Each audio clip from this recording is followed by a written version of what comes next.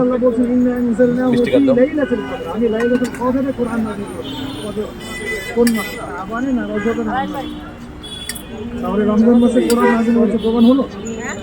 রমজান মাসে আল্লাহ কোরআন নাযিল করেছেন কোথায়? এবার আপনাকে আইয়ামে জাহেলিয়া। কোথায়?